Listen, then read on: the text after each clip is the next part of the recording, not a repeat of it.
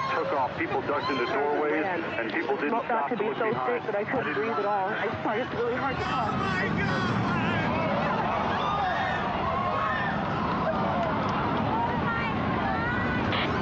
Down now. It's just a huge cloud of smoke.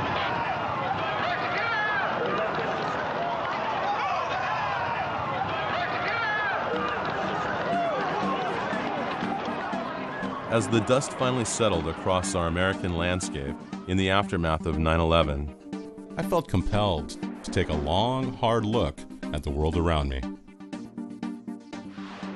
Questions and uncertainties seemed to emanate from all aspects of society. Though I'm far from what you'd call a conspiracy nut, I couldn't help but wonder if we were all being brainwashed. Conditioned like rats in a maze, with the goal of making us think and believe certain things without any rational explanation or concern for the effects or the future. Having worked in and studied advertising for many years, I was aware of the numerous allegations regarding subliminal messages used by marketing and PR firms. And while fascinating, for me the subject matter generally got placed in the category of urban legend. But one of Webster's definitions of the word subliminal is existing or functioning below the threshold of consciousness. And then it occurred to me, isn't that the way a lot of the media, politics, and pop culture operates? Below our level of awareness? So could it be possible that subliminal techniques were actually targeting our subconscious minds to get us to do what they wanted? After all, the media itself had popularized this very notion. Not only on the network news from time to time. A subliminal message. Subliminal messages, the power of mind control. But by hyping and trivializing the topic in feature films, TV shows, and commercials like these. Hey, have you heard about the crazy new way to send a message today? It's flashed on a screen, too quick to see, but still you get it subliminally. Ladies and gentlemen, the 59 Chevy. See it? Isn't it beautiful?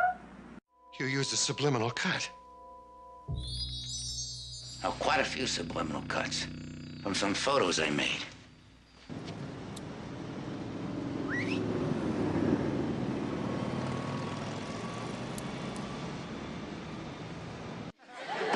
Okay, class, today we are going to talk about subliminal advertising.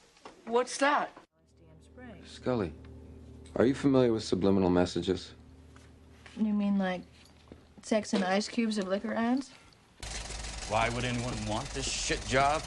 Because it affords them other interesting opportunities. Like splicing single frames of pornography into family films?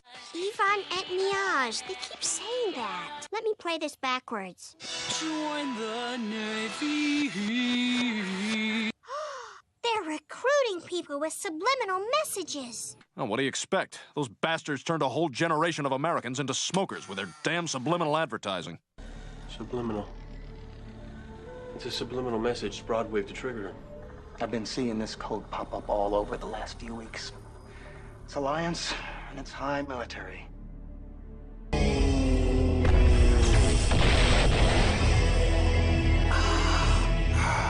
Subliminal advertising complete. See what I mean? The topic of subliminals came up again and again. But could such techniques really be contributing to a variety of social, political, and economic problems currently present in our culture, such as obesity, anorexia, and other eating disorders? The ongoing war on terror. And what about the ever-increasing amounts of debt that has tightened its grip on a growing percentage of the population?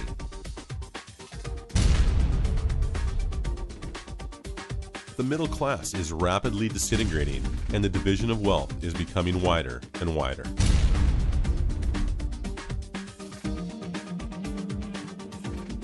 Nevertheless, even leading up to the current economic recession, our rates of consumption have not slackened. We, the people of the United States of America, total less than 5% of the global population, yet consume over 25% of the world's natural resources. Is it possible that subliminal messages and other subconscious techniques have actually been programming the nation? I decided to find out for myself. Now you be the judge.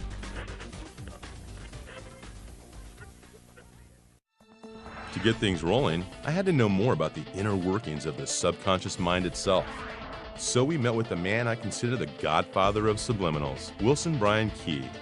Wrote 4 books on the subject back in the 1970s and early 80s, including the bestseller Subliminal Seduction. If you look at something, smell something, hear something, it's going into your brain at the speed of light almost, and all being retained. Now what comes out in terms of cognitive or conscious perception is very limited bits and pieces of this. One of the earliest acknowledgments of the unconscious process appears in some of Aristotle's writing, which goes back a good bit.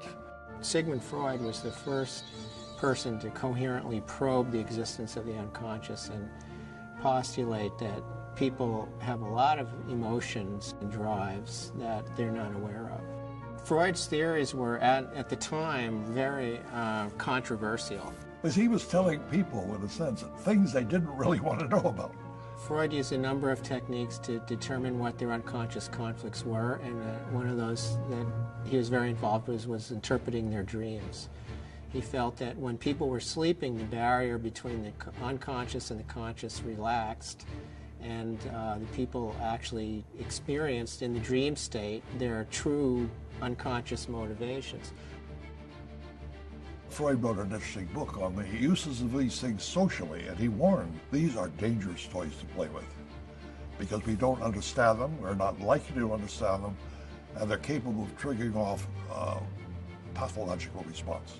You know, it really started in America with Ed Bernays, who imported and used some of Freud's psychoanalytic theories to give people in their consumer choices substitutes for sort of primal urges.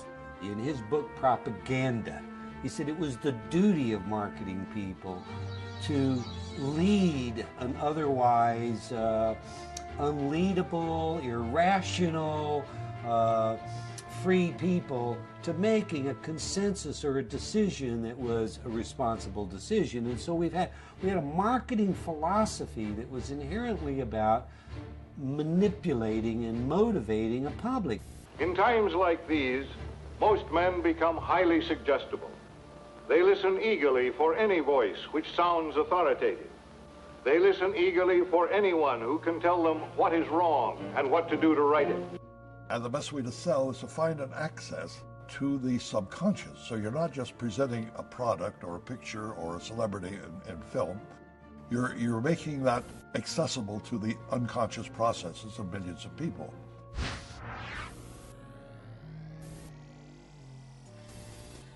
Most of America learned about the concept of subliminal advertising in 1957. There was a marketing researcher by the name of James Vickery, and he announced that he had done this very elaborate experiment, supposedly. He claimed that he had conducted a secret experiment in a New Jersey cinema in which he had flashed the words "hungry, eat popcorn, and drink Coca-Cola" over the movie Picnic starring Kim Novak. And they weren't even single frame ads. They were much faster than that because he was using something called a tachistoscope. The high-speed tachistoscope. This is a projector that flashes about 1/50th of a second, though you can change that speed. And he reported that the Coca-Cola consumption went way up, the popcorn consumption went way up. Enormously successful. In a New York City warehouse, oddly lined with mattresses and chicken wire, Vickery held a press conference in the summer of '57 to unveil this technique. He reported an increase in Coke sales of 18% and popcorn sales of 57% during the New Jersey experiment he claimed was held earlier that year. Today, the Vickery experiment continues to be one of the most misunderstood stories of subliminal messaging in America.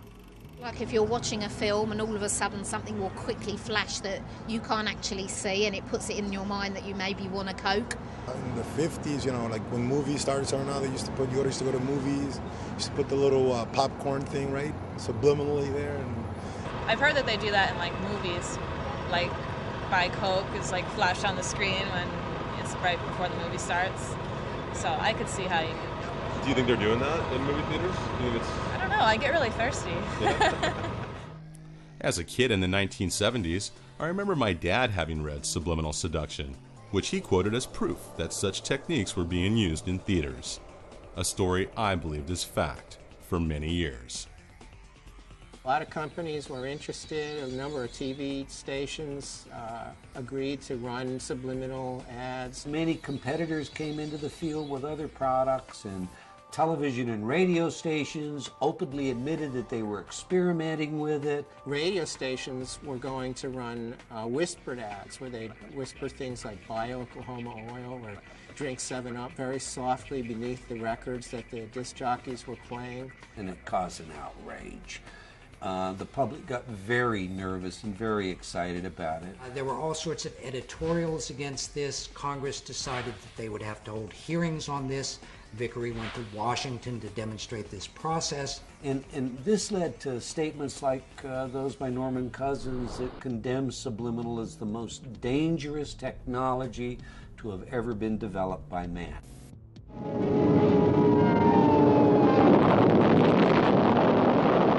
Networks rather quickly decided that it was in their interest to prevent Congress from acting, so they formed this National Association of Broadcasters, and they all agreed that they would not allow subliminal advertising. And they took the position that it didn't work. They tried to calm the public's anxieties by insisting that it wasn't effective. Vickery dropped out of the consulting business and kind of retired. And as he later admitted, this was all basically a scam. The experiment that he said he'd done, he hadn't really done. Unfortunately, The Godfather never bothered to mention this fact in his 1973 bestseller, but rather has continued to perpetuate this belief to date. They increased the consumption of Coca-Cola and popcorn enormously. And there's a little grain of truth to it. I mean, there have been other experiments. Arguably, there might be a moderate increase as a result of commands like drink Coca-Cola. It couldn't possibly amount to the statistics that he had suggested. But once you let the genie out of the bottle, it's very hard to put it back in. So we've had this almost a mythos of subliminal advertising ever since then. Although the Vickery experiment seemed to be closer to folklore than fact, there's no denying the enormous amount of additional research that it spawned in this field. The motivational researchers in the 50s developed a variety of electronic equipment that they could measure people's unconscious reactions to. Like one of these was a galvanic skin response, where they would measure minute fluctuations in the amount of sweat on your skin, which was related to your state of anxiety. Or also a heartbeat, or they had special cameras in supermarkets that would measure the dilation of the pupils that would indicate how interested a person was in a product. I looked into the numerous studies published in scientific journals since the late 1950s and found that the majority showed evidence of our mind's ability to register subliminal perception. The advent of new technology, positron emission tomography, enhanced magnetic resonance imaging, etc., and we're seeing a whole lot of new research come out, shows us what areas of the brain are excited by subliminal stimulation. Kilborn and Associates in the mid-80s did a fascinating experiment when they took two actual advertisements that they believed contained subliminal impacts that they had found on their own. One of them was a Marlboro ad, which showed guys on horseback driving through the range with big rocks around them. And one of the rocks, allegedly, had been made to look like an erect phallus. And they hired an artist, and they adulterated the picture and took the phallus out so they would have a control. And then they showed it to people, and measured their galvanic skin responses and found out that the picture with the phallus had a greater effect than the picture without the phallus. But to what extent could something we were totally unaware of having seen really affect us? I contacted a leading researcher on the subject to get their opinion. Dr. Howard Chevron is a professor of psychology at the University of Michigan who has spent over 50 years studying the effects of subliminals on the subconscious mind. We were the first to demonstrate that you could detect responses from scalp electrodes where we had a group of words that were clearly negative and words that were clearly positive. And the words are sort of mixed up together, and they're presented at 1,000th of a second. So I wanted that to be no nonsense, you know, no question about whether people were aware. At 1,000th of a second, you ain't seen nothing. And the basic finding was that the negative words, when they were presented subliminally, would have a bigger voltage of brain response than did the positive words.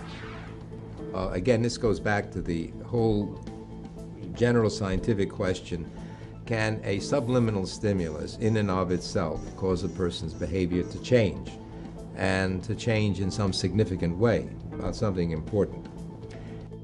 And the evidence there is problematic. There are some studies that say yes, others that say no. That's strange. According to the youth pastor at the church I attended as a teenager in the 80s, subliminals in rock music were guilty of causing people to take drugs, worship Satan, and commit suicide.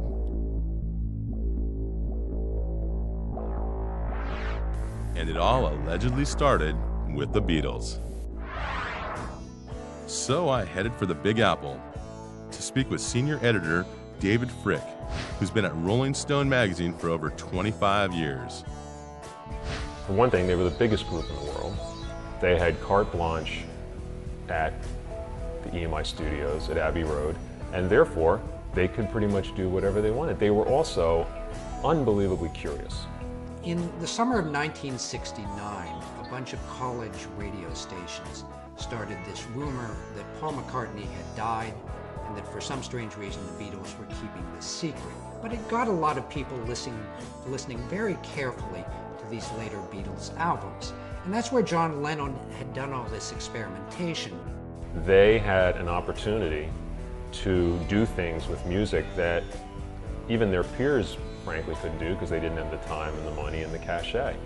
And the Beatles also were experimenting with drugs. At the heart of this was really a thing they found at the end of Strawberry Fields.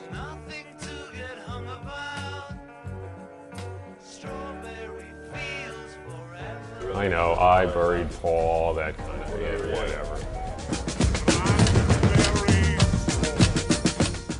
Yes, that is manipulation. That is doctoring. But it's in the pursuit of art. It's in the pursuit of expression.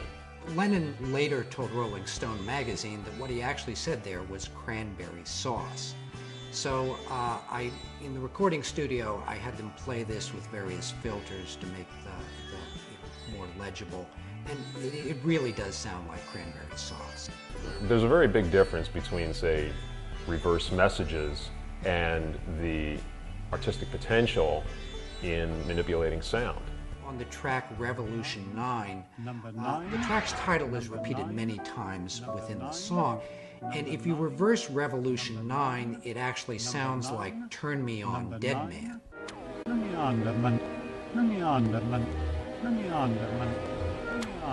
In order to write a lyric that will say one thing forwards and something else backwards, what kind of writer do you have to be?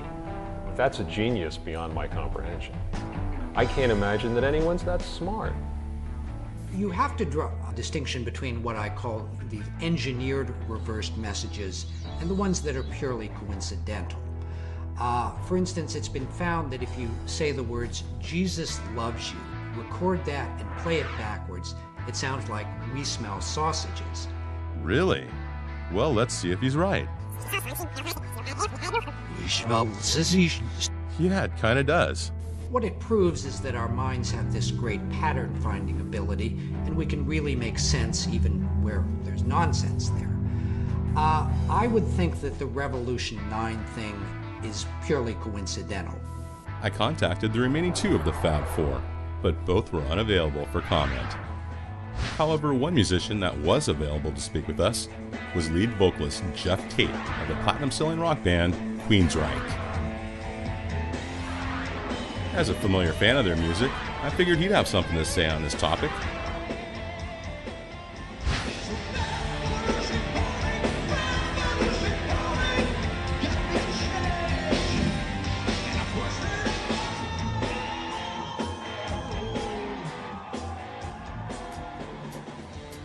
What we try to do with our music is to paint a picture, an audio picture, to best get across the message we're trying to convey with the lyrics. And we use whatever means we can to do that. The first album I remember hearing anything like that on was the Beatles' Sgt. Pepper.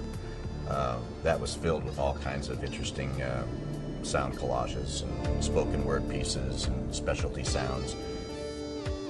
You know, some people talk about the dangers of subliminal messages. They talk about that in music, and I think that topic itself is subjective. What is subliminal? It all depends on who's listening. You know, I hear things very clearly in records, you know, that are there because that's my gig. That's what I do. You know, I listen to things very carefully. Other people might think something's subliminal because they've never heard it before. Well, they're just not focused on it. So I think it's all kind of debatable. We'd like to forewarn you to brace yourself because what you are about to see is hardcore truth that much of the mainstream media would like to keep hidden from your eyes. Another person who seemed to know a lot about subliminals in music was Pastor Joe Schimmel of Fight the Good Fight Ministries.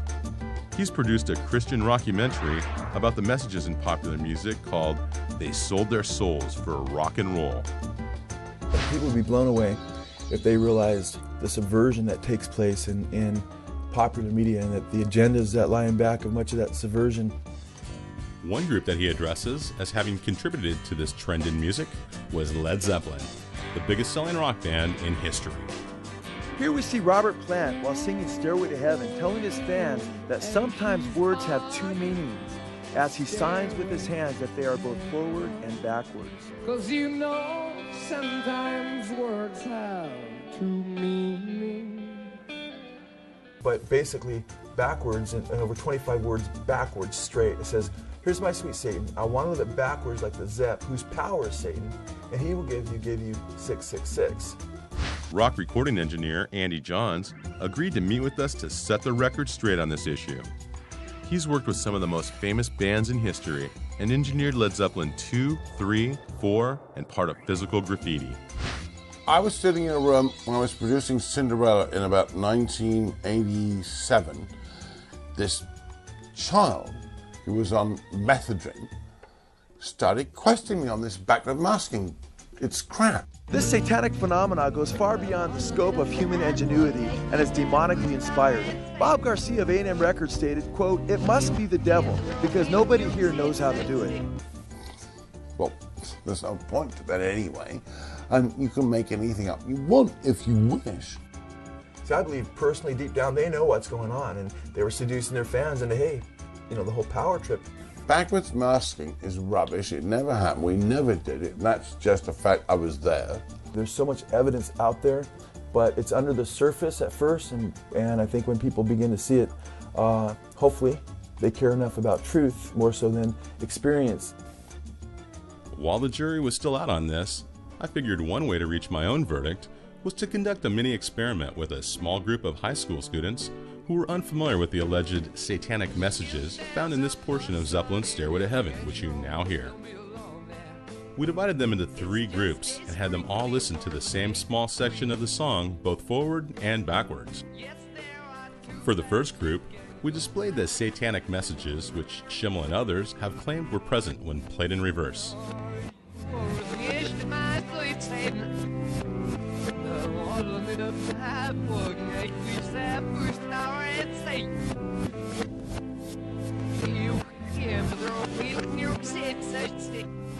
All subjects in this group agreed that they had heard the backmasked messages we presented them. If you listen, they're there.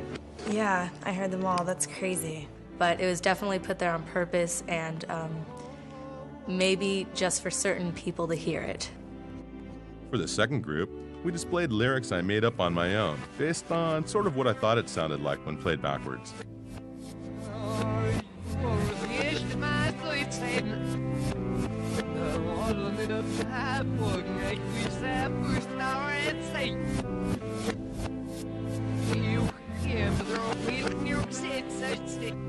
All subjects in this group also agreed that they had heard the messages we gave them. I could definitely hear the words in there. How did someone even find that out? Almost like a conspiracy theory, in my opinion, that's like, oh, there's hidden messages in this. For the third group, we played the section backwards, but provided no lyrics at all, asking the students to simply tell us their own interpretation of what they heard. No one in this group was able to decipher a single word on their own. The only thing I really heard was music. It kind of sounded like it was in a different language. It was kind of scary. I mean, it sounded like it was saying something, but in a different language. So, as Plant seems to indicate in this video, apparently people will hear what they're primed and told to hear. If the band or even the dark forces of evil hid such reverse messages in their music, it appears unlikely that anyone can find them without being told what to look for. You know, if you want to hear Satan talking to you while Stairway to Heaven plays backwards, then that's exactly what you'll hear. You'll find a way to hear it. Mark Mothersbaugh is a founding member and lead singer of the band Devo. In addition, he's also produced music for film, television, and video games. First time in Devo that anybody ever said anything to us about subliminal messages, we'd made this short film, and it was long before MTV. It was called In the Beginning Was the End, The Truth About De-Evolution. And somebody came up to us after we showed the film once, this woman, and she was really mad. She goes, I know what you're doing. I know what you're up to. And we're like, what? What'd you say? She goes, I know what you're doing. I saw it. I saw on the screen, I saw the word submit and the word obey. And we're like, wow, where'd those go? How'd those get in there? And so we were like, yeah, right. And after that, you know, we were thinking, oh, we got to put subliminal messages in our stuff now. To me, backward masking, you know, and the Beatles and Paula's Dead or any of that kind of stuff, to me, that was just all the fun stuff. That if you were a fan, you looked for that kind of stuff and you wanted to find it. The idea of it being dark or malevolent, you know, I think is just kind of paranoid thought on the part of people that already don't like the music. I never really saw anything of harm coming from backward masking. Emergency service. He's on another one. He'll be finished shortly. There's been a double shooting. Okay, whereabouts was the shooting? Right in my backyard. Is anybody hurt? It looks like there's two bodies. I didn't want to go over and look. In what observers call a first-of-its-kind trial, attorneys today told a Nevada court that two troubled young men who shot themselves in 1985 were influenced by subliminal messages in a rock and roll album. The members of the British rock group Judas Priest listened in a Nevada courtroom today as one of their recordings was described as a killer. They heard you have to die to be a hero. And they had played over and over and over again this Stained Glass album, particularly a song, Better By You, Better Than Me. Now, what had happened is the two at a point had looked at one another and they had chanted, do it, repeatedly, do it, do it, do it. Had taken their father's shotgun, had left, gone to the schoolyard, propped shotgun underneath Belknap's chin, pulled the trigger, killed himself. Vance hesitated, he didn't brace it, it blew the front of his face off. I would like to call certain people murderers. I feel that they murdered Ray. Are there subliminal duets on the Better By You, Better Than Me song? Absolutely not. I heard the word, do it, the words do it, but I didn't understand in what context or why it was there. I identified approximately 7 of them. It's very difficult because it is at a subliminal level.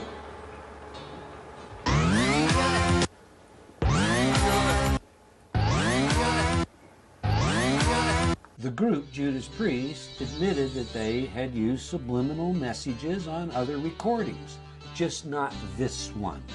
It is the claim of subliminal messages that propelled this case to trial. Similar lawsuits claiming rock music caused damage have been thrown out of court because lyrics are protected as free expression under the First Amendment. But the judge in this case says subliminal messages are not protected as free speech. What is really on trial here is the whole concept of subliminal persuasion. The courtroom is no place for reveries about the unknown capacities of the human mind. We took the judge into the control room and played all of the 24 tracks that were mixed to make this record, and showed the judge how, you put, it was actually at the end of a vocal, and so there was an exhalation of breath combined with a guitar sound and then if you listen to that with the thought in mind, the suggestive thought in mind that it says do it, you can hear do it. So yes, it was there. And that's what made me so puzzled when the judge concluded that if it was there accidentally. That made no sense to me at all. CBS never produced the original master. The original 24-track master would have been required in order for us to determine whether it had been intentionally placed there or it was indeed a coincidence of sound. And so I argued that it was the straw that broke the camel's back. And the judge decided, look, they had all kinds of reasons to harm themselves, and to make a case for that alone, it didn't hold water. Prosecution have alleged us and tried to paint this picture of drug-crazed Satan worshippers, and nothing could be further than the truth. It's absolutely ridiculous and bizarre. People just don't appreciate that, we're humans with feelings like everybody else, and we don't all sing about love. We would get power from it, and our emotions would just soar with the music, and then they'd go up and down, and it was like a drug, like a narcotic. Did you understand what he said? He said, looking back now, the music would almost drive you crazy. Drive you crazy? Well, yeah, it did. I wanted to climb the walls. I couldn't stand it. And his behavior would just change. And you can't always blame it on the parents. You can't always blame it on the music industry. You can't always blame it on movies and television. But all these things we have to acknowledge are influential factors on children and their decisions. So all of these things should be looked at and considered. I couldn't agree more with the pastor on this one. And as a filmmaker, I had to explore further how the movie and TV industry might be affecting us subconsciously.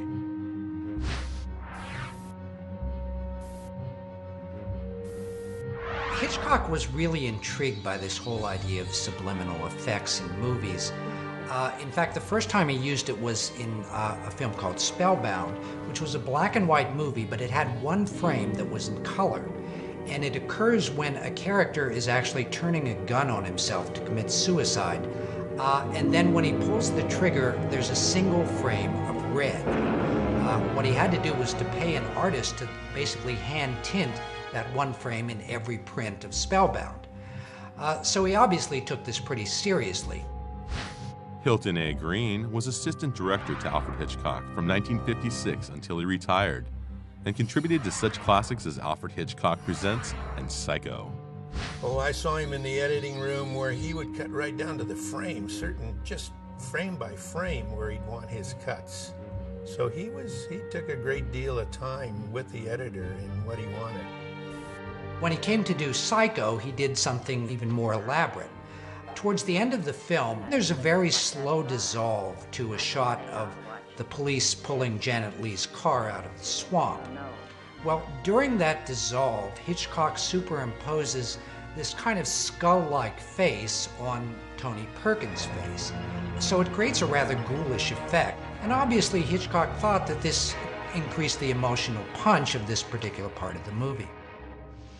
It's been asserted that Hitchcock may have also added flash frames of words, such as blood, knife, and murder, into the original theatrical version of Psycho to heighten suspense and fear.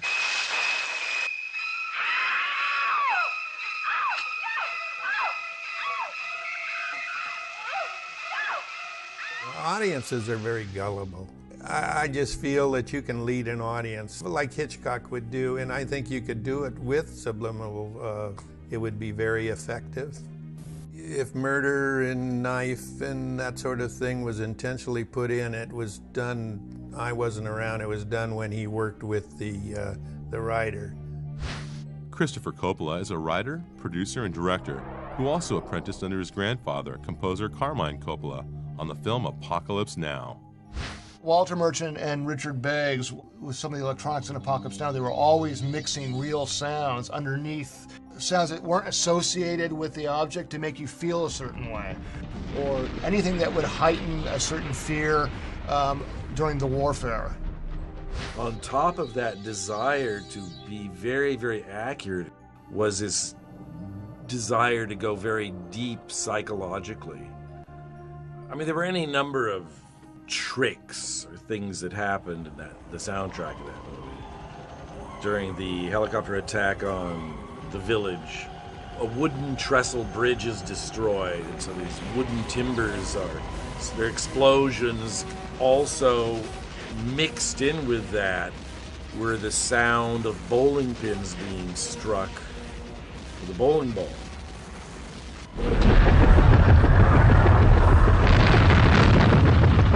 Things like that were used extensively, and in a lot of other movies as well. Like I know, like in The Godfathers, you want to make fear something's going to happen, they mixed a baby cry, you know, and stuff like that.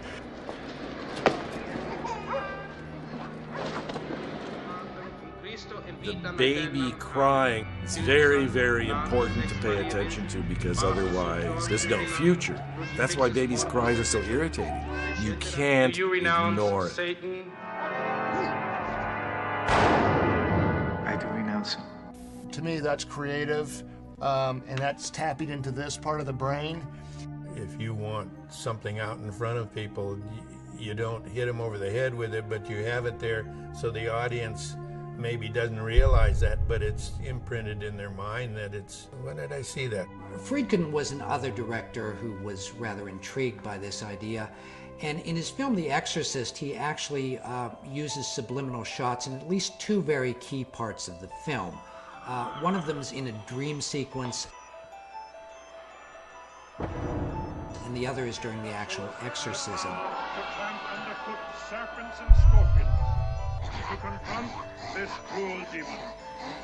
What you see are very brief two-frame shots of this kind of cadaverous face. And so like my brothers and I would always freeze frame on that one frame, and it's terrifying. You don't even want to look at it. So it does something to you, you know. So the question is, why are you doing that? In my mind, Exorcist was a groundbreaking film. It had never been done before. So he was really experimenting with the concept of being totally afraid and fear. Director David Fincher has applied similar techniques in some of his more recent films, including Seven, where he implants a very brief two-frame shot in the thrilling conclusion to add a dramatic punch when the hero, played by Brad Pitt, learns that his wife has been murdered.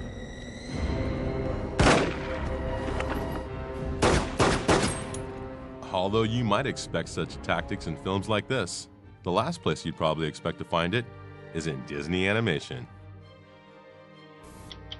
Last June, delegates to the Southern Baptist Convention's annual meeting voted to boycott Walt Disney. They are pushing a Christian bashing, family bashing, pro-homosexual agenda. There was the suggestion that a clergyman became sexually aroused while he was performing a marriage ceremony. The allegedly offending bulge goes by in less than a second. But if you were to slow down a few frames of this scene, you might think the preacher was indeed more than happy to see Ariel. There. Right there, right there, right there. What is it? It is clearly his knee. Everybody knows it's his knee. Not everybody. We ask for a transformation of Disney, or Disney will go down. And what about the numerous claims of hidden sexual imagery in other animated Disney films? such as this phallic symbol in the background of the original movie poster from The Little Mermaid. The letters SEX, formed by flower petals in the night sky of this scene from the theatrical and VHS release of The Lion King.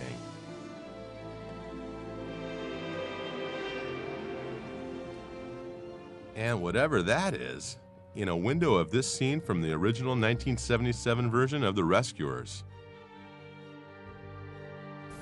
Disney has repeatedly denied such allegations. It's just people spending too much time looking for things that aren't there. With the re-release of these films to DVD and Blu-ray, former Disney CEO Michael Eisner is finally right. The hidden images really aren't there, no matter how hard you look, because they've all been sanitized and removed from the newer versions. However, the public scrutiny, bad press, and comedic satire still plague Disney to this day. That's how we can sell sex to little girls. See, if we make the posters with little girls reaching for your junk, then you have to wear purity rings or else Disney Company looks bad. If hidden sexual imagery might be considered subliminal, what about the modern-day epidemic of product placement? We thank you so much for this bountiful harvest of Domino's, KFC, and the always delicious Taco Bell.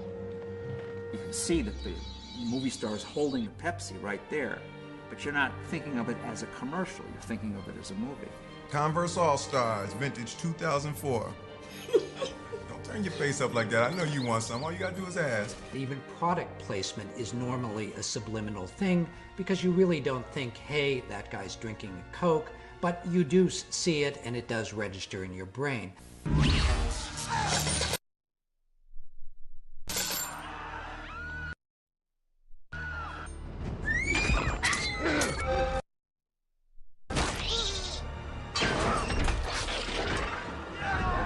I think that's the best way to do it than hitting them over the head with a product right in their face. But how successful is the use of product placement in film? Immediately following the release of E.T., Reese's Pieces candy sales rose an estimated 80%. So in some sense, I think you could say even product placements are probably the most successful form of subliminal advertising. I want the perfect food. If movies and TV shows could elicit emotions and sell products through these tactics, what kind of techniques could advertisers be using to get us to consume even more? Imagine all those burgers in your stomach right now.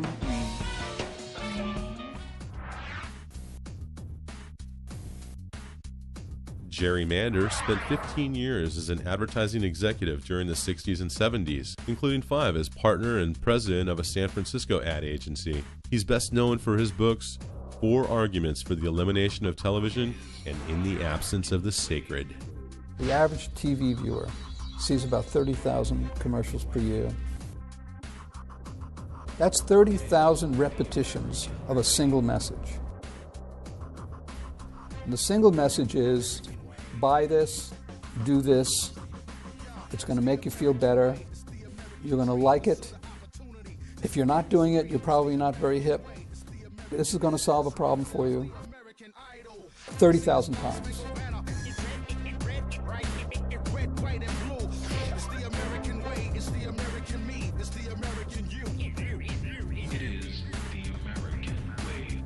Systemically, advertising works better on people who are lonely and afraid. It's a kind of a form of reverse therapy. You know, you go to a therapist because he wants to resolve your unconscious conflicts and make you feel better about yourself. But media has exactly the opposite orientation. You need to create tension in the viewer, conscious tension and anxiety, so that they look to a product for relief. You afford not to be in good hands.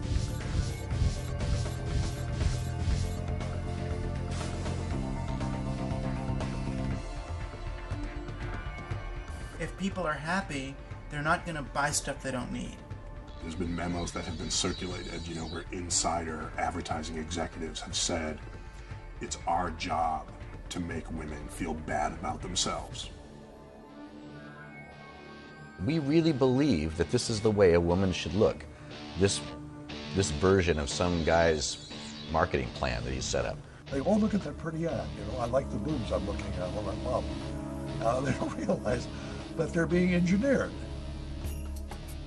We can look at things like anorexia and bulimia, and say, as far as I'm concerned, you can look at that and say this is a media-driven event. Our families are being destroyed. I mean, we've never in the history of humanity been under an assault because we've never had mass media like we do today. With my previous experience as an advertising account sales executive, I felt a personal connection to these issues and wanted to know more. So who better to help me translate this language of mass media than MIT professor of linguistics, Noam Chomsky. As a world-renowned scholar, political activist, media critic, and author, he's written dozens of books, including Manufacturing Consent, Profit Over People, and Failed States. Is the purpose of the television ad to make you an informed consumer making a rational choice? Oh. The purpose of the ad is to delude and deceive you with imagery. You'll be uninformed, you'll make an irrational choice. That's what business spends hundreds of billions of dollars a year on. And the last thing they want is markets. What they want is coercion and control. You know, when Goebbels developed a powerful propaganda system in Nazi Germany, they were explicitly borrowing, very explicit, from U.S. commercial propaganda, commercial advertising, to copy these techniques. You know, simple slogans repeated over and over again, appealing to the emotions, I mean, all those ideas which had been worked into practically a science. Anne Simonton was once a top fashion model and has appeared on the cover of Vogue, Glamour, and Sports Illustrated. Today, as founder of Media Watch, she's a leading authority on the effects of mass media. If we don't have any kind of critical analysis, some kind of overreaching way in order to analyze and understand what's being fed to us, how people can be manipulated, people enjoy the manipulation. Advertising is fun. Reality is boring. You take the blue pill. The story ends. You wake up in your bed and believe whatever you want to. You take the red pill. You stay in Wonderland. And I show you how deep the rabbit hole goes. All I'm offering is the truth.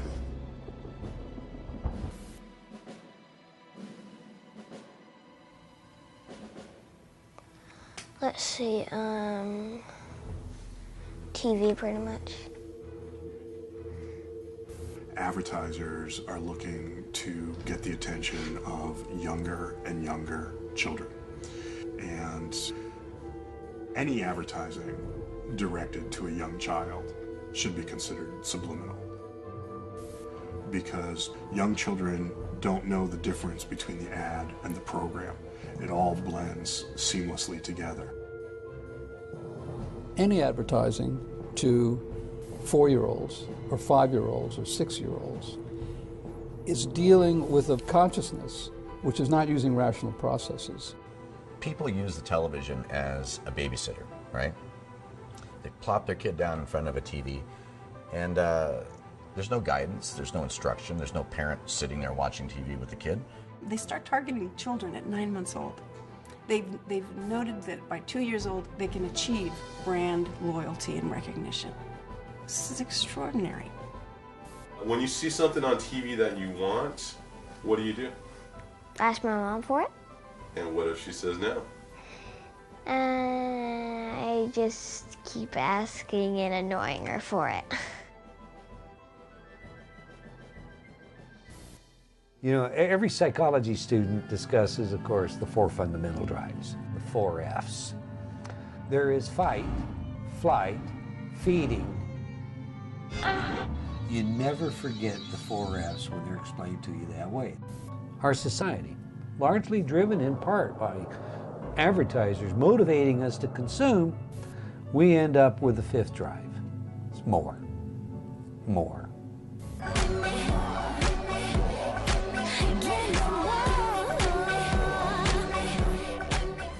We systematically desensitize their threshold of arousal by increasing the amount of stimuli that we deliver that is sexual or violent or gross in nature. And so the more begins with, I want more stimulation. And then it continues through everything else, whether it's more food, more alcohol and drugs, more cars, more money, more power, more women, more.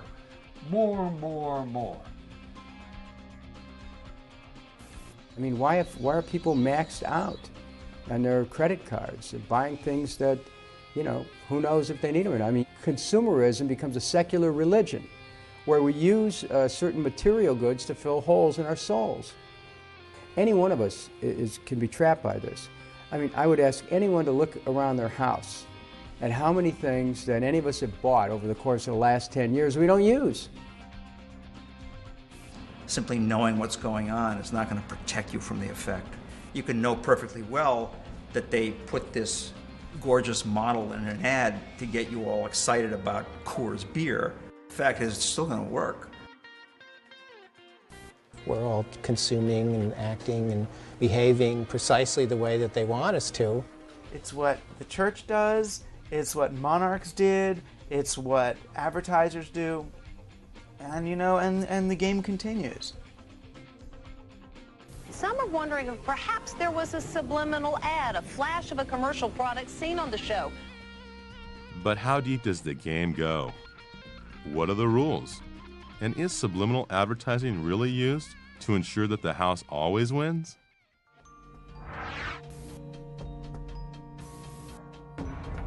To help answer some of these questions, I first wondered what the average American believed about the existence of subliminal advertising.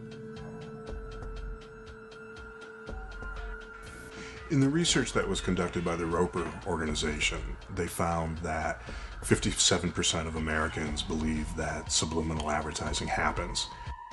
I think there's so much in the air, there's so much a sense of sort of distrust in government, in powerful leadership, that I wouldn't be surprised to find that more people now believe that subliminal advertising is practiced than have in previous decades.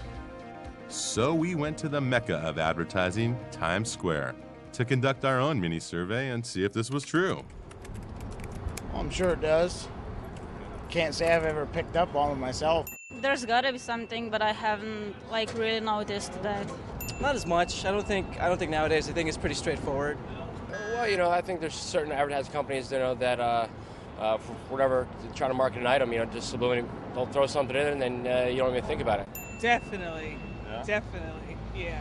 When I watch television for over a couple hours, suddenly I'm very hungry, and I do realize that it's from the advertising or the subliminal messages. You mean like the Camel cigarettes? There you go. The image on the Camel? I mean, I'm sure that exists, absolutely.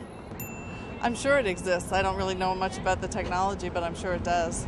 Sure. I know it's supposed to be illegal, but I know it exists, though. Yeah, you heard it was illegal? Yeah. Okay.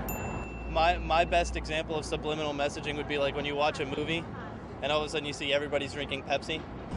I don't know. I think that the colors are subliminal. Like, no one really realizes that most things are a certain color for a reason. Well, I do believe that advertising agencies use subliminals in their advertising. A significantly higher percentage of those we spoke with did believe that subliminal advertising existed today. But where was the proof? And could it really be used to sway a person's feelings and decisions toward a certain product? I tried to remain open-minded as we returned to the experts for an explanation. To be effective, a subliminal message has to either stimulate an unconscious anxiety or satisfy an unconscious fantasy. You discover very quickly that the human brain is extremely sensitized to things that deal with the beginning of life, reproduction, sex, as we vulgarize it, and the end of life, death. Now, if you can plant something in there that's strongly motivating, sex and death, the unconscious will remember that for a long time. We don't know for how long.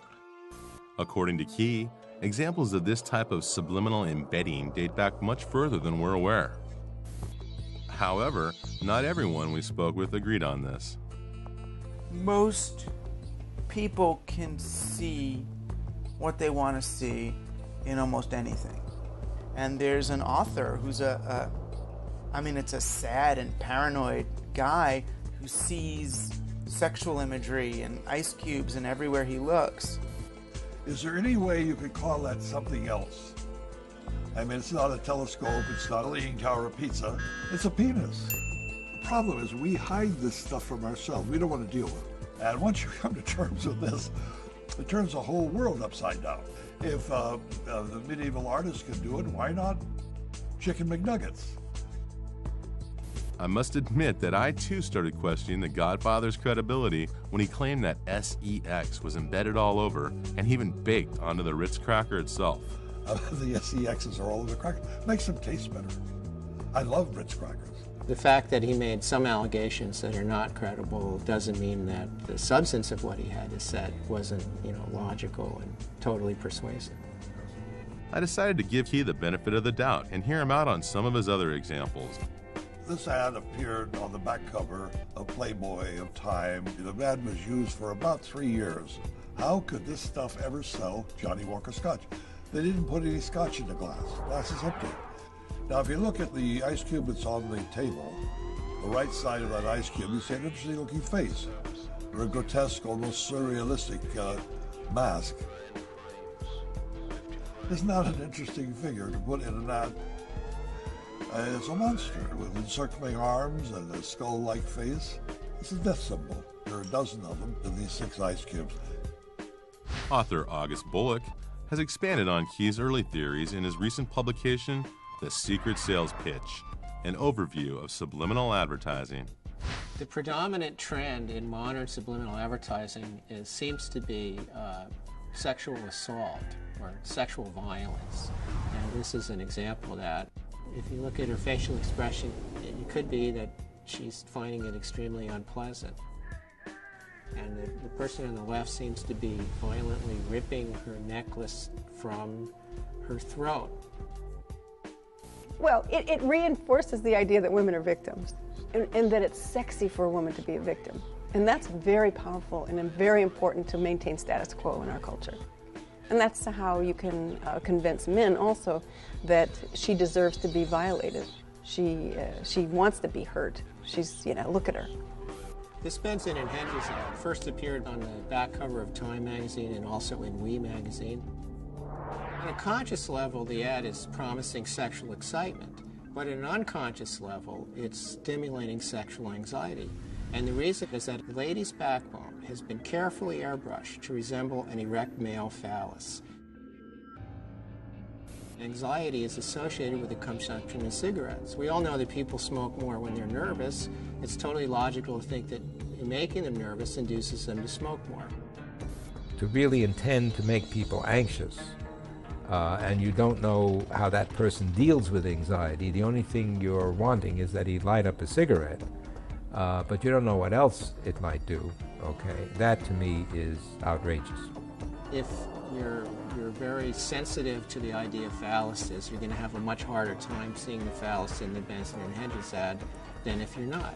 And if you're more sensitive to it, it's more likely to have a greater effect on you unconsciously.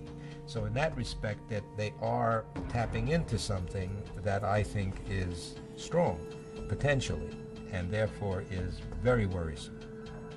It isn't that the cues, the stimulants, are invisible to the naked eye. It's just that we don't recognize them for what they are. So the most notorious example of this would be the Newport cigarette ads, which simply show happy couples frolicking in the green. But you realize, after you look closely, that these are really sort of sadomasochistic dramas, that either the man or the woman is in fatal control of the situation. So that would strike me as a good example of a subliminal pitch. It's all right there on the surface. We just don't know that the surface is, in fact, exactly what it is. For me, the bottom line, as I was saying before, you don't mess with the unconscious, because you don't know. You don't know what the effects might be. Still, not everyone was so convinced. After spending 5 or 10 years looking for any truth at all in it, I don't see any use of subliminals as they were defined in the 70s.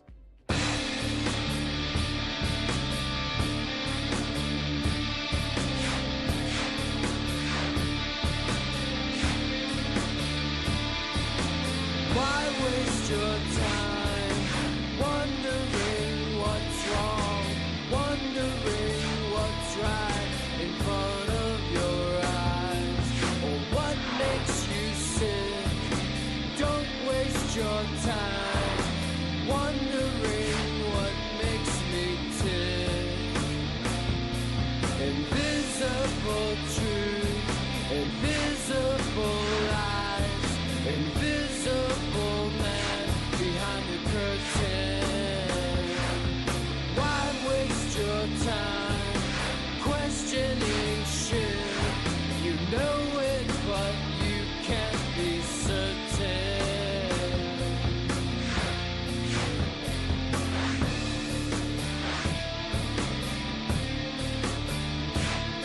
Well, sex ain't what I need, but sex gets the job done. It's not like you've been shooting heroin. Buy a new wardrobe, buy a new Audi. Don't wonder where all I've worked inside ad agencies. I've worked side by side with evil people. You know, to see, did anybody anywhere do any of this? And no.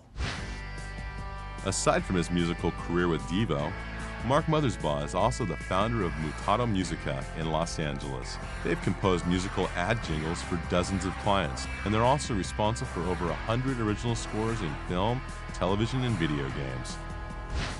I remember the first commercial I ever did was a Hawaiian Punch commercial.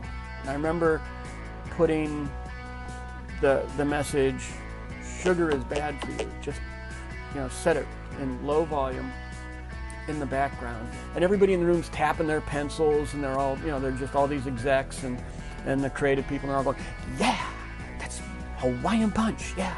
And they're just like singing the song, and they're just like, and we're looking at each other and we're like, nobody heard it yet. And it was like, sugar is bad for you. It went down on the commercial and it went out nationally. And we found a whole list of things that we were able to easily put in a commercial and never once got stopped. They must work, because we said something. I remember doing a Levi commercial and saying something like, this is the uniform of the WAD. And I don't know, they're all wearing blue jeans now, so it must have worked. It must have helped Levi's out, I guess. I'm sure that if I can put, subliminal messages in a commercial, that advertising agencies must have a much easier time of it and probably can do it in much bigger ways. So I personally contacted some of Madison Avenue's finest to see what they had to say about such claims. Good afternoon, Amalgamated. This is Carmen. And we were wondering if someone from Amalgamated would be interested in meeting with us. Good afternoon, that must be your BBL. Can you tell me who you're transferring me to? Good afternoon, JWT. Send me a voicemail. After over 100 calls and emails to dozens of agencies, not one single person currently employed in the ad industry was willing to step forward and speak with us. Advertisers just can't admit it. I mean, of course they can't admit it. They're not going to say they embed, phalluses and cigarette ads. I used to work in advertising for many years as a research director, and all I ever got in response to my questions were obscenities. Contrary to what many people think, subliminal advertising is not really illegal. Not illegal? Did anyone have authority over regulating such methods? I started by contacting the FCC, who referred me to a 1974 report in which the commission stated that the use of subliminal techniques are inconsistent with the obligations of a licensee, and that such broadcasts clearly are intended to be deceptive. However, policy statements like this are not the same as enforceable rules. Furthermore, the FCC has no authority over advertisers, just the broadcasters that carry their messages. Due to the large whirlwind created by a key series of bestsellers on the subject in the 70s, and rapid advances in both technology and psychology, a congressional hearing took place in 1984 to look into the issue. For over 30 years, Dr. Eldon Taylor has researched and written about the effects of subliminal stimuli on the subconscious mind, most recently in his book, Mind Programming.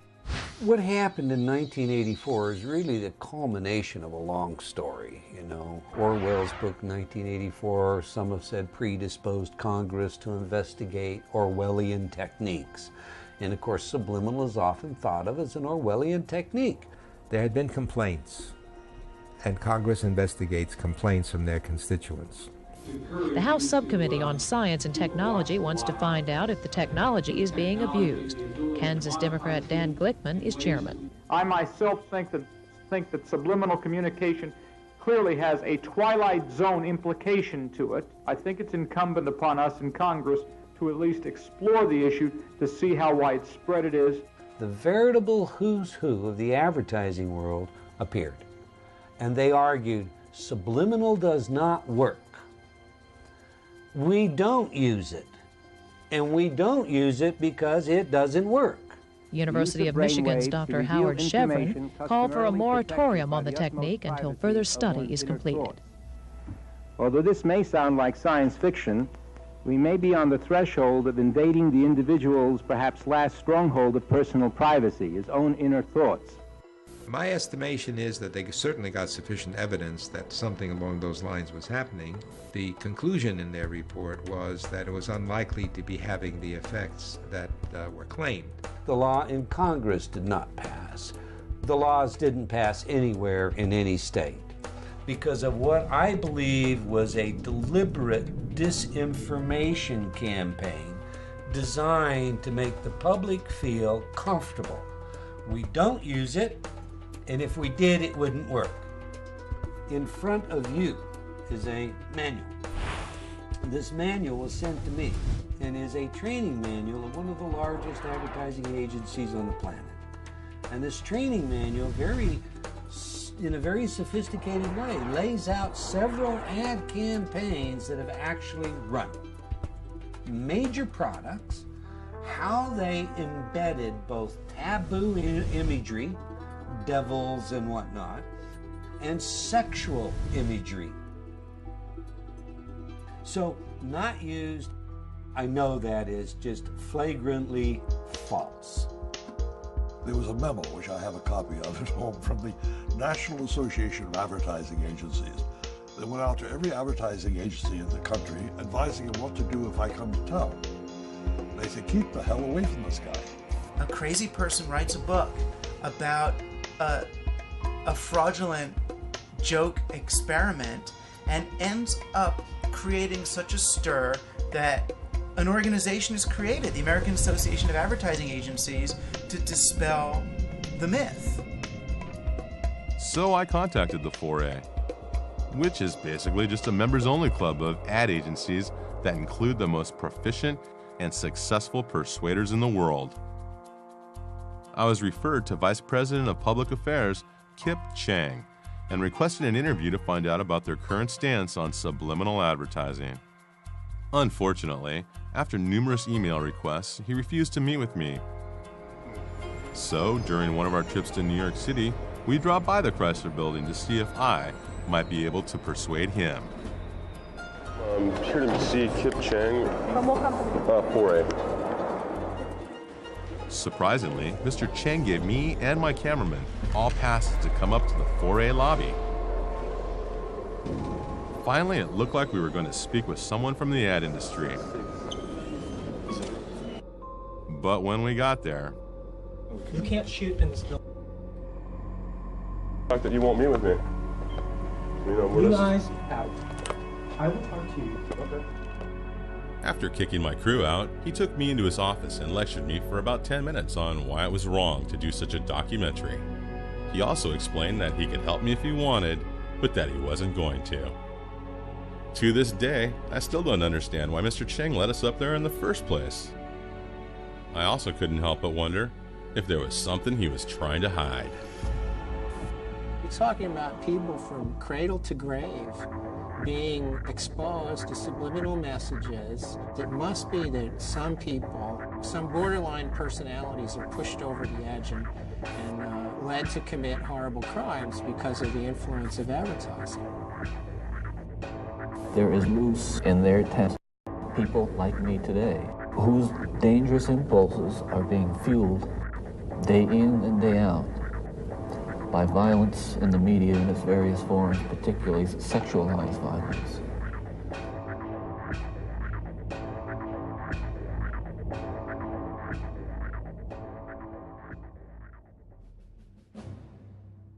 If advertisers and corporations could be massaging our subconscious with these tactics, in what way might our own government be programming us?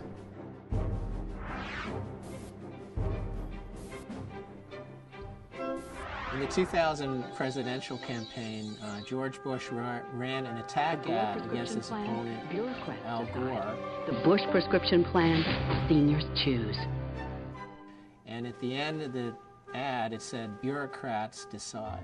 And for a brief second, for about a 30th of a second, the letters RATS got very large. When this came out, it was a very big deal for at least 1.5 news cycles. Well, some people in the advertising industry say they believe the inclusion of the word rats was intentional, even if it was not designed to send a subliminal or subconscious message. Now, that is not an accident. Will Robinson is a Democratic media consultant not associated with the Gore campaign.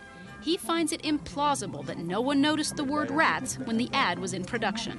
Someone made a decision to put that word up on screen and make it part of the spot. And they worked hard to make sure it was that way.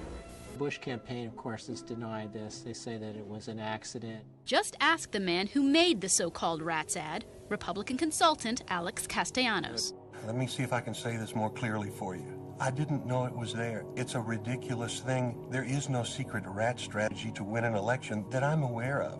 You had both Gore and Lieberman decrying this use of subliminal advertising. I find it a very disappointing development. I've never seen anything quite like it. George Bush was forced to do his best to disassociate himself from this entire thing, which he actually did very effectively. You know, the idea of putting subliminal messages in the ads, I don't think we need to be subliminal about the differences between our views. Subliminal messages. You talk about subliminal. So if the guy can't pronounce it, he couldn't have been behind it, I guess. The ad has run 4,400 times in 16 states, including big battlegrounds like Florida, Michigan, Ohio, and Pennsylvania. Did she say Florida? Remember what happened in that state during the 2000 election? The recount that's occurring in Florida is an automatic recount based on state law. It was not requested by the Gore campaign. Until these guys on the Supreme Court halted the Florida recount. And tonight, for the sake of our unity as a people which and led to our this, democracy, I offer my concession. And ultimately to this. I, George Walker Bush, do solemnly swear. But could such techniques really affect an election?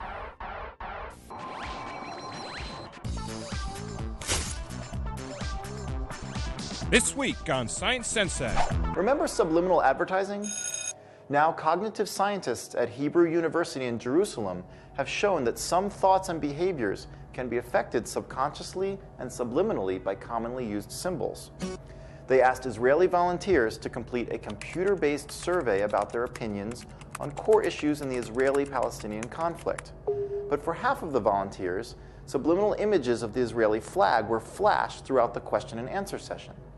The flashes were 16 milliseconds, faster than we can do here. You might expect that exposure to such a strong nationalistic image would polarize people to one political extreme or the other. But in this case, the subliminal image of the flag pulled people from both ends of the political spectrum toward the middle compared to the control group. And phone calls to these people after the elections confirmed that most of them followed through when they actually voted. This research is important because it shows that subliminal messages can affect your attitude and behavior. For Science Central News, I'm your Science Sensei. I'm Science Sensei, and I approve this message. After taking office in 2001, the Bush administration and numerous government offices and large corporations spent exorbitant amounts and hit record levels in their production of video news releases to push their agendas. I wondered if this kind of media manipulation might fall under an expanded definition of subliminal. A video news release, or a VNR, is created by a public relations agency, usually, in order to communicate a specific message on the behalf of a client. whether it's a politician or a corporation or a government office. Amy Goodman is host of Democracy Now!, a global, grassroots, independent daily news hour, broadcast on over 500 public radio and television stations in America and around the world. The use of video news releases has to be challenged at every level in this country, VNRs as they're known. The government puts them out, corporations put them out. They'll have a fake reporter who's actually a public relations professional. And this story goes out to newsrooms around the country. So there are people watching a program that they think is news, but the actual news reports aren't news reports at all, but are paid advertisements that look like news reports. This is someone pushing a product, but it's presented as a fair and balanced report, which it, of course, isn't. While I don't know if I would call that subliminal, I do think that it fits into this entire environment of so much of our media operating on a below the radar, below the threshold of consciousness. There are hundreds of channels. Can they all be doing this? What matters, though, is not the channels. It's who owns those channels. And that issue of media consolidation is critical. The rise in the use of video news releases has a great deal to do with the conglomeration of the mass media. Because as more and more TV stations around the country come to be owned by the fewer and fewer players, there's more and more cost cutting that goes on in the newsrooms of these stations. You know, when you look at a media environment where only 5 or 6 companies control the vast majority of the world's media, and they work in collaboration with each other, and they share members of boards of directors and things of that nature, like in the same way that I say we have to broaden our concept of subliminal, I think we also have to broaden our concept of what a conspiracy is. They're using our airwaves, and they have a responsibility to bring out the full diversity of opinion and to get to the truth, not to bring you news stories that are disguised as their own when they're simply government or corporate propaganda. I think that we're censored heavily without us even realizing it. I mean, just omitting a story from a newspaper is censorship. That happens every day. This is why media monopoly matters. You really can silence different views. You can silence dissent when a few media moguls own so much, when you have just a few framing who is right and who is wrong, who is evil and who is good. The Bush-Cheney administration has used VNRs to push their prescription drug plan, and they've used it particularly heavily in trying to spread the word about the weapons of mass destruction inside Iraq. That is no longer a mainstream media. That's an extreme media beating the drums for war.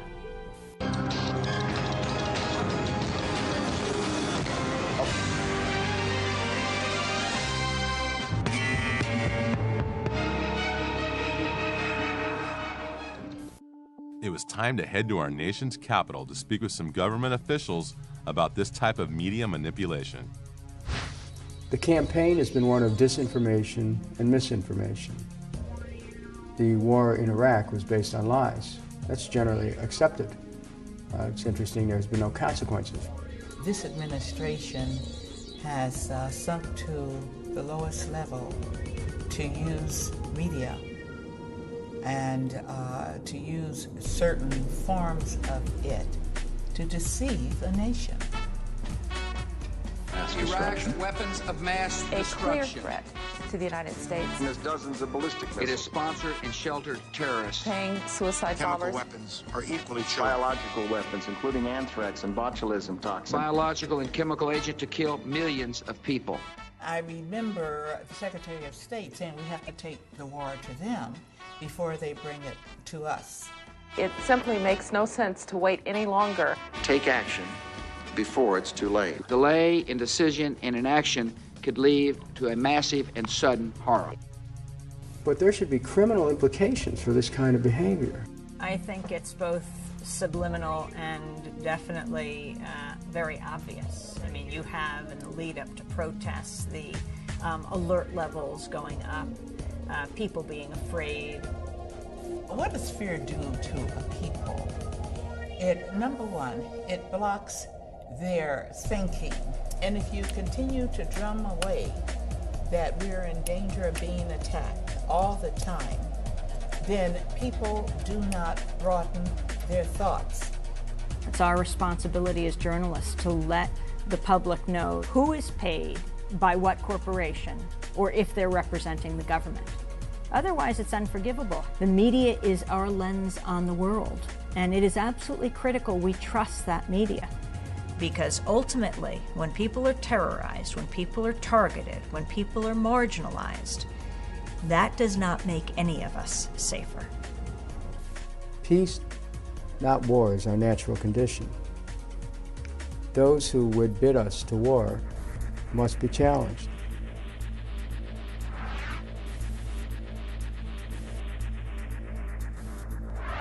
In my ongoing research, I learned about military divisions within the U.S. Army called Psychological Operations Units.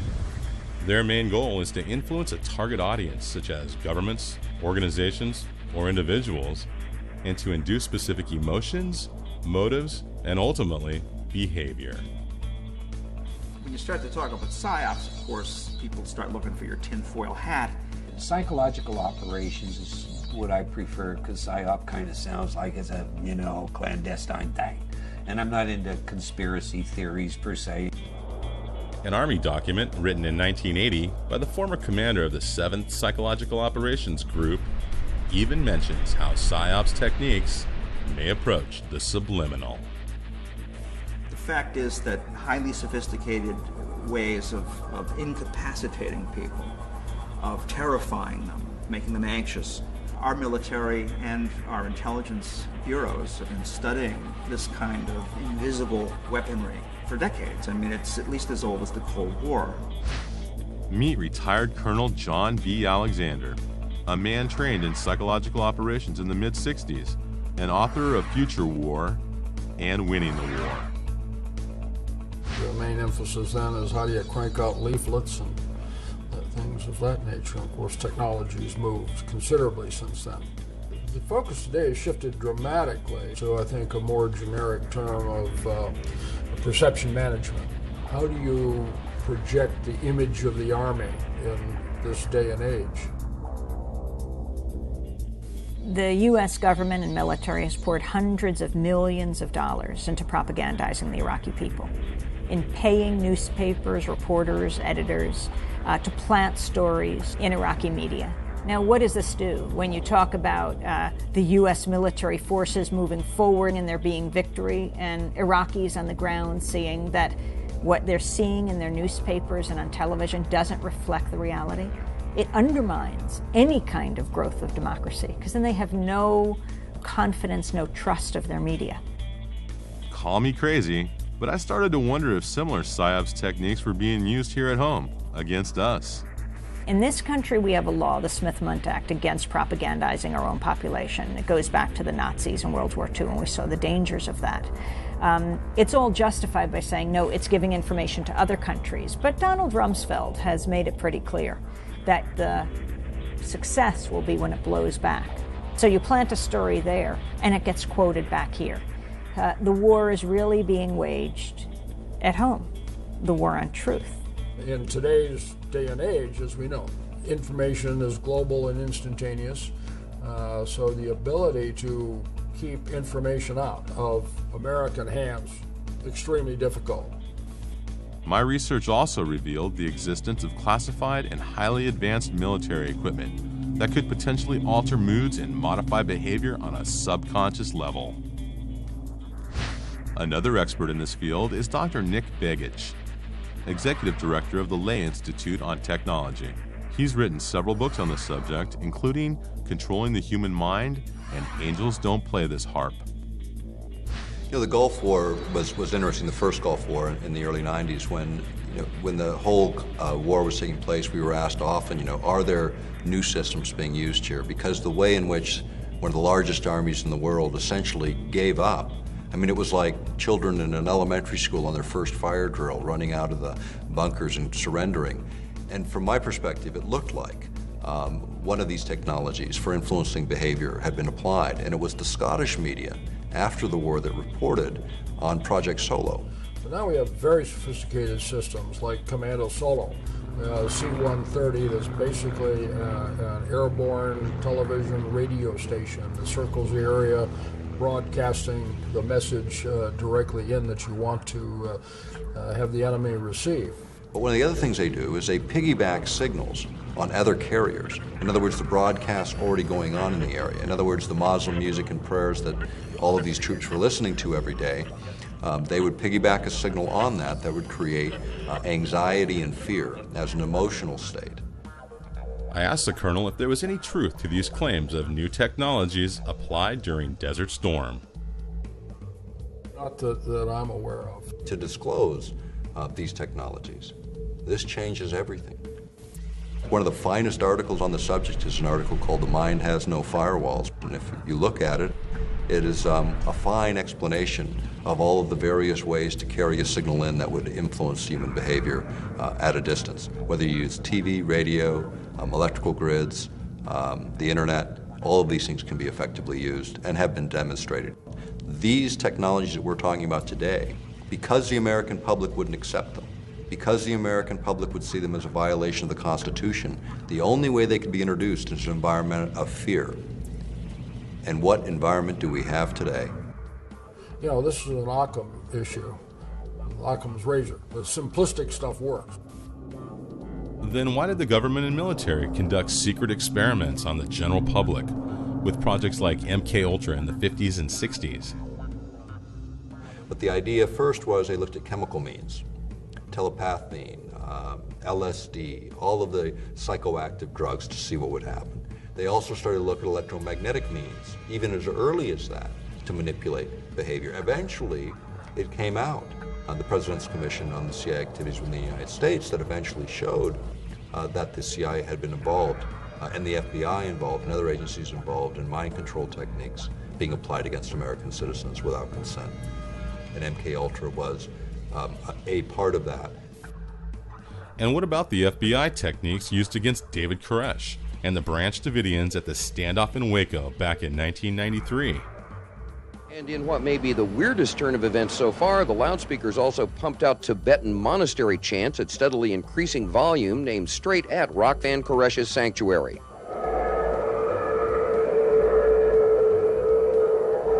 They were warned that this could heighten matters, and they decided to take the risk. And those loudspeakers that were on vehicles were actually also delivering other information.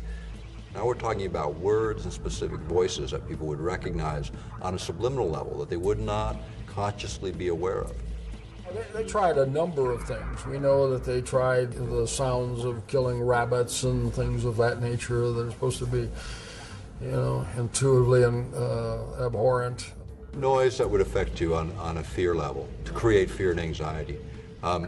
Really though, you know, when you think about it, is that really the right thing you wanted to do in that environment? Or did you want to bring people to calmness, to thinking more clearly, to being more analytical? You know, what they did is they agitated the situation. They created an explosive situation. The results are now clear.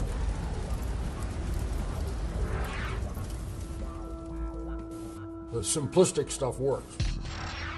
Then why has our government and military created Project HARP in Alaska? HARP is the High Frequency Active Auroral Research Project. It was originally a joint effort of the Air Force and Navy. It's now run by DARPA.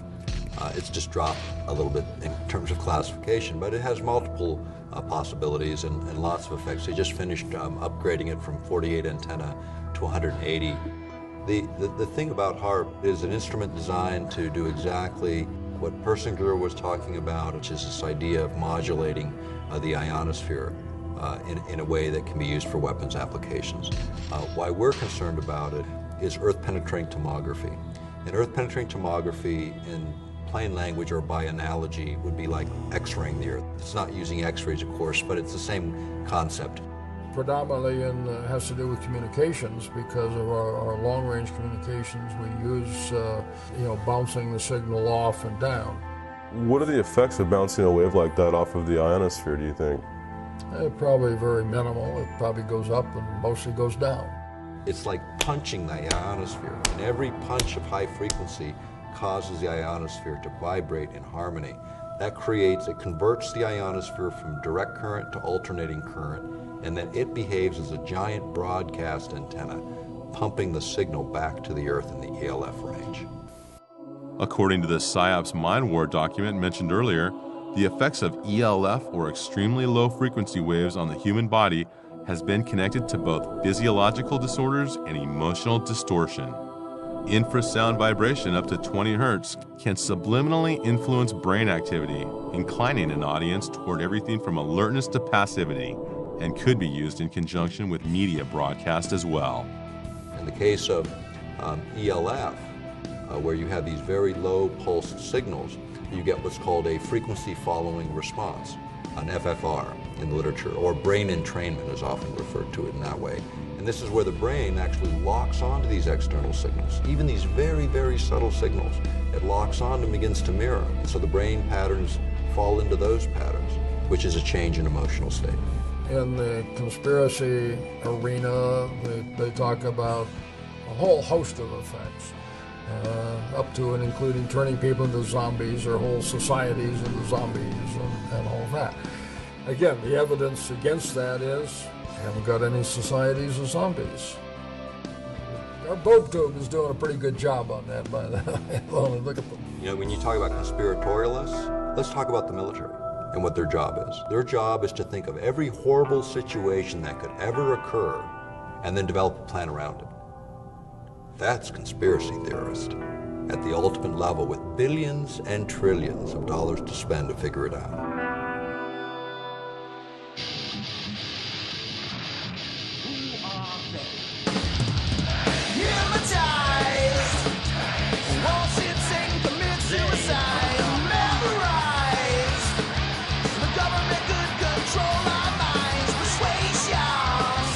Propagandists will go to any lengths to influence people's opinion, including murders, right? I mean, whoever's responsible for 9/11, were they doing it to kill those 3,000 people, or were they doing it to influence the world?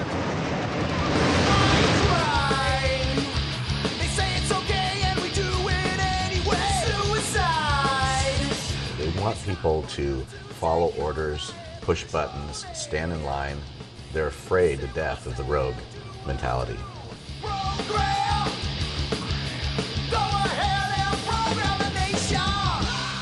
When you manipulate people, it's anti-democratic. What you're really trying to do is you're trying to control people. People don't need to be controlled. They need to be able to make their own decisions. Consciousness, the freedom to think, is a fundamental human right. The idea of violating free will is something that even God doesn't do.